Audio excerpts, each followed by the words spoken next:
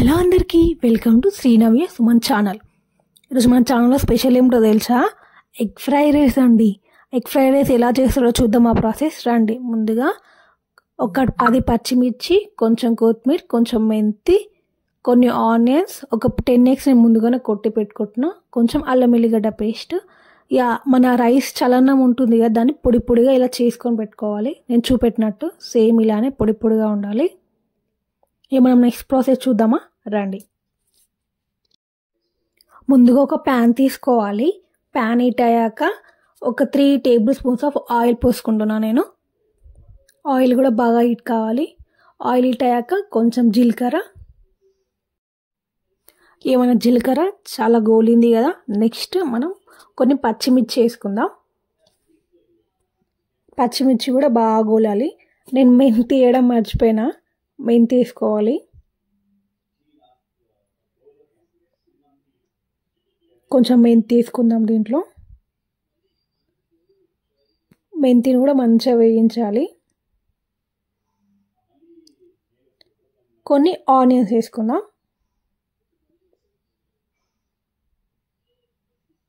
Spring onions వేస్తున్నా.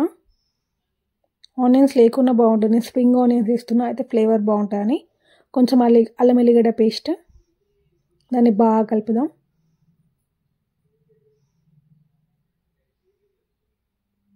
బాగా వేగాక కొంచెం పసుపు వేసేసి మొత్తం కలిపేద్దాం. దీంట్లో మనం ముందుగానే ఒక 10 eggs కొట్టి రెడీ పెట్టుకున్నాం కదా, ఆ 10 eggsని దీంట్లో వేసేసుకుందాం. 10 eggs వేసేసి మనము క్యాప్ పెట్టేద్దాం. కలపకుండానే క్యాప్ పెట్టేద్దాం. అలానే ఒక 3 seconds వరకు అలానే ఉంచుదాం. మనం 3 seconds అయిపోయాక క్యాప్ తీసి చూద్దామా. చూడండి, దాంట్లోనే కొంచెం లైట్గా గోలింది. దాన్ని మనం కలుపుదాం. మంచిగా అంతా మిక్స్ అయ్యేలా కలుపుదాం. కలిపి మళ్ళీ అలానే మూత పెట్టేద్దాం. ఒక 2 minutes తర్వాత మళ్ళీ తీసి దీనిపైన తగినంత మనం సాల్ట్ వేసుకుందాం. నేను ఒక 2 tablespoons ఆఫ్ సాల్ట్ వేస్తున్నా. నేను 7 members కుక్ చేస్తున్నా. దాన్ని బాగా మిక్స్ చేయాలి.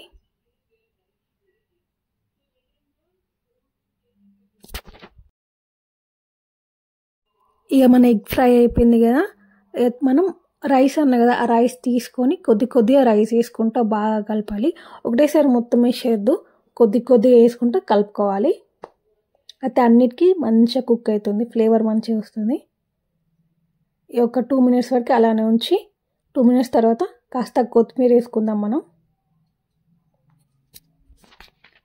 కొంచెం బాగా కలుపుదాం. హై ఫ్లేమ్ పైననే దీన్ని చేయాలండి, లో ఫ్లేమ్ పైన చేయొద్దు. హై ఫ్లేమ్ పైన చేస్తే టేస్ట్ బాగా వస్తుంది, అచ్చం డాబా స్టైల్ వస్తుంది. దీంట్లో మనం కొంచెం మిరియాల పొడి వేసుకుందాం, కొంచెం ధనియాల పొడి కూడా వేసుకున్నా నేను. మంచిగా కలిపేద్దాం. ఒక 5 minutes వరకు అలానే ఫ్రై చేయాలి, హై ఫ్లేమ్లోనే ఫ్రై చేయాలి. 5 minutes తర్వాత మన రైస్ రెడీ అయిపోయింది. ఎగ్ ఫ్రైడ్ రైస్ రెడీ అయిపోయినట్టే. చూసాడా, ఎంతో ఈజీగా and tasty egg fried rice.